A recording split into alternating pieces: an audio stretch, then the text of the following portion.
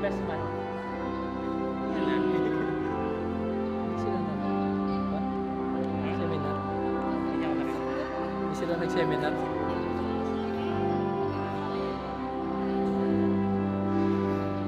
Pagpasin ko lang yung mga bata, kuha na akong reaction. Kumakagat ba? Ay, kamera touchscreen. Oo, diba? Sana yun sa touchscreen mo ah.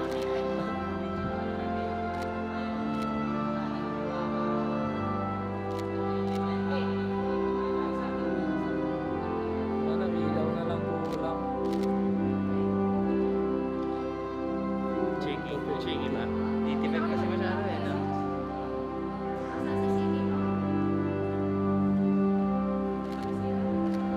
Ay, oo nga pala, naka 24 pala ako.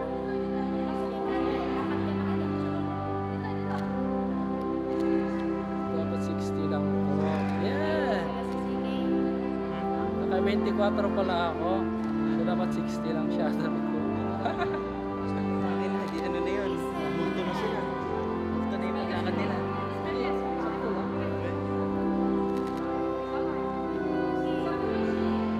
Multo na yung lakad nila doon. Hindi.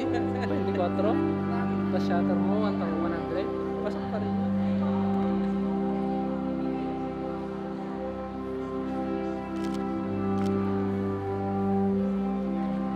Pre. Sinaunang flash gaming. Wala ko reaction ha.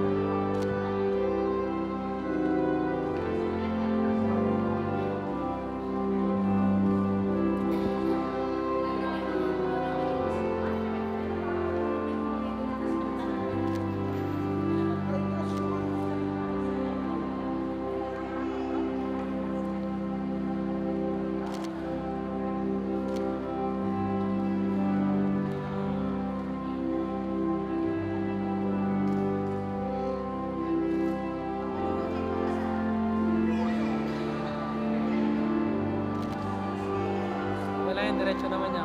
Napulin mo.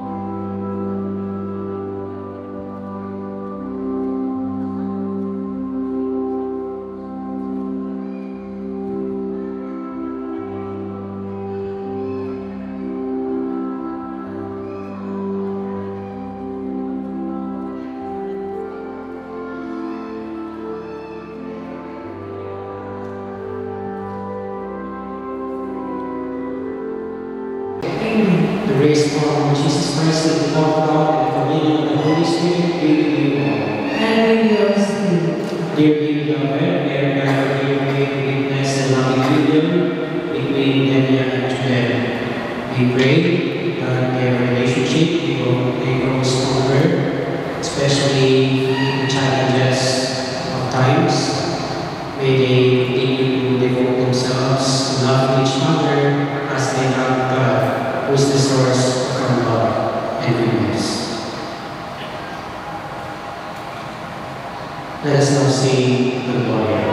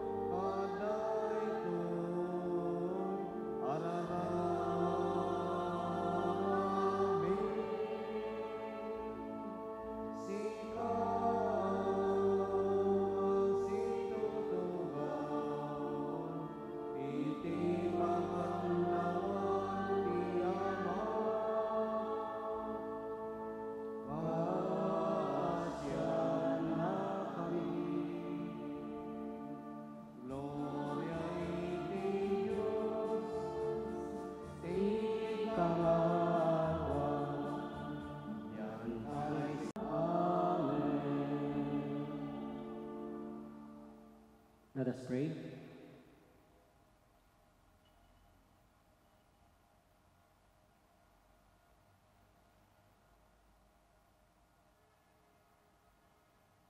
Grant, we pray, Almighty God, that these your servants, Delia and Junel, now to be joined by the sacrament of matrimony, may grow in the faith they profess and enrich your church with faithful offspring.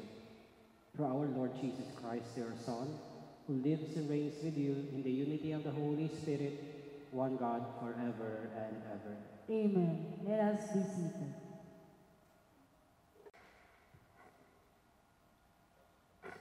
A reading from the first letter of St. Paul to the Ephesians. Since you are God's dear children, you must try to be like Him. Your life must be controlled by love, just as Christ loved us and gave His life for us as a sweet-smelling offering and sacrifice that pleases God. Submit yourselves to one another because of your reverence for Christ. Wives, submit yourselves to your husband as to the Lord. For a husband has authority over his wife, just as Christ has authority over the church. And Christ is himself the Savior of the church, his body. And so wives must submit themselves completely to their husbands, just as the church submits itself to Christ. Husbands, love your wives just as Christ loved the church and gave his life for it. He did this to dedicate the church to God by his word. After making it clean by washing it in water, in order to present the church to himself in all its beauty, pure and faultless, without spot or wrinkle or any other imperfection. Men ought to love their wives, just as they love their own bodies. A man who loves his wife loves himself. No one ever hates his own body. Instead, he feeds it and takes care of it, just as Christ does the church, for we are members of his body. As the scripture says, for this reason, a man will leave his father and mother and unite with his wife, and the two will become one. There is a deep secret truth revealed in this scripture, which I understand as applying to Christ and the church. The word of the Lord. Thanks be to God. I will bless the Lord at all times. I will bless the Lord at all times. I will bless the Lord at all times. Praise shall be always in my mouth. My soul will glory in the Lord, that the poor may hear and be glad. I will bless the Lord at all times. Magnify the Lord with me. Let us exalt his name together. I sought the Lord, who answered me, delivered me from all my fears. I will bless the Lord at all times. Look to God, that you may be radiant with joy, and your faces may not blush for shame. In my misfortune I called. The Lord heard and saved me from all distress. I will bless the Lord at all times. The angel of the Lord, who encamps with them, delivers all who fear God. Learn to savor how good the Lord is. Happy are those who take refuge in him. I will bless the Lord at all times. Let us all stand.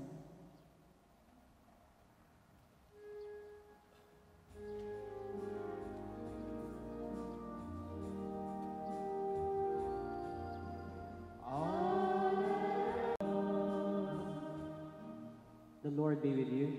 And with your spirit. A reading from the Holy Gospel according to John. Glory to you, O Lord. Jesus said to his disciples, "As the Father has loved me, so I have loved you. Remain in my love. If you keep my commandments, you will remain in my love, just as I have kept my Father's commandments and remain in his love. I have told you this so that my own joy may be in you and your joy may be complete. This is my commandment, love one another as I have loved you." The Gospel of the Lord. Praise you, Lord Jesus Christ. Let us all be seated. Good morning, my dear brothers and sisters. Good morning. Delia and Junel, magandang umaga. Hindi ka nakakaintindi ng Ilocano? Hindi. So, mananagalog na lang ako. Okay lang, Tagalog. So, masaya ba kayo? Ha? Sana, no? Panatilihin yung maging masaya kayo, hindi lang ngayong araw na ito. Sana pagsumikapan yung maging masaya, kahit gaano katindi ang mga pagsubok na darating sa inyong buhay. It's just a matter of perspective kasi. Kanina may nagkumpisal sa akin, and I told them na kung nakatutok lang tayo doon sa mga maling kaganapan sa ating buhay, lahat magiging negatibo. Pero kung kayo mayroong ibang mindset, na kahit na may pagkakamali yung isa, ang bawat isa, pero nandun, positibo ka pa rin, handa ka pa rin magpatawad, at nandun pa rin yung hangarin mo na maging masaya. Kumbaga, parang nagsusuot ka lang ng sunglasses. Pag nakasuot ka ng yellow na sunglass, ang makikita mo lahat, puro yellow. Kahit na merong nakasuot na black, pasok na pasok pa rin din sa kulay na yellow. Parang ganun din, no? Sa inyong relationship. hindi mo maiaalis pa rin talaga yung mga negatibo sa buhay. Pero pag meron kang ibang perspective, may iba kang pananaw sa buhay, kahit na hindi maganda, kaya pa rin tignan. No? Bearable pa rin, kumbaga. Delia and Junel, tandaan ninyo walang perpektong relasyon. It's just your choice to make it work. No? Hindi natin hinahangad na maging perpekto ang inyong relationship. Pero umaasa kami that this relationship will work. And the key towards making this work is for you to agree on a lot of things. Instead of disagreeing in most. Doon nagkakaroon ng problema pag wala kayong pagkakaunawaan. And when say pagkakaunawaan, hindi yung sa lahat oo na lang ng oo. Pero kahit papaano, kahit meron kang hindi nagugustuhan, at least alam mong magtimpi. Alam mong mag-adjust. Yun eh. Kasi pag oo ka na lang ng oo sa bawat isa, kahit masama sa iyong loob, parang masasanay ka. Hindi ka nagiging authentic. Hindi ka nagiging genuine. Nagiging plastic ka na lang. Sa harap-harapan, oo. Pero pag nakatalikod na, hindi, galit na galit. At ang masama pa, isusumbong pa sa magulang. No? Malalaki na kayo. Big girl and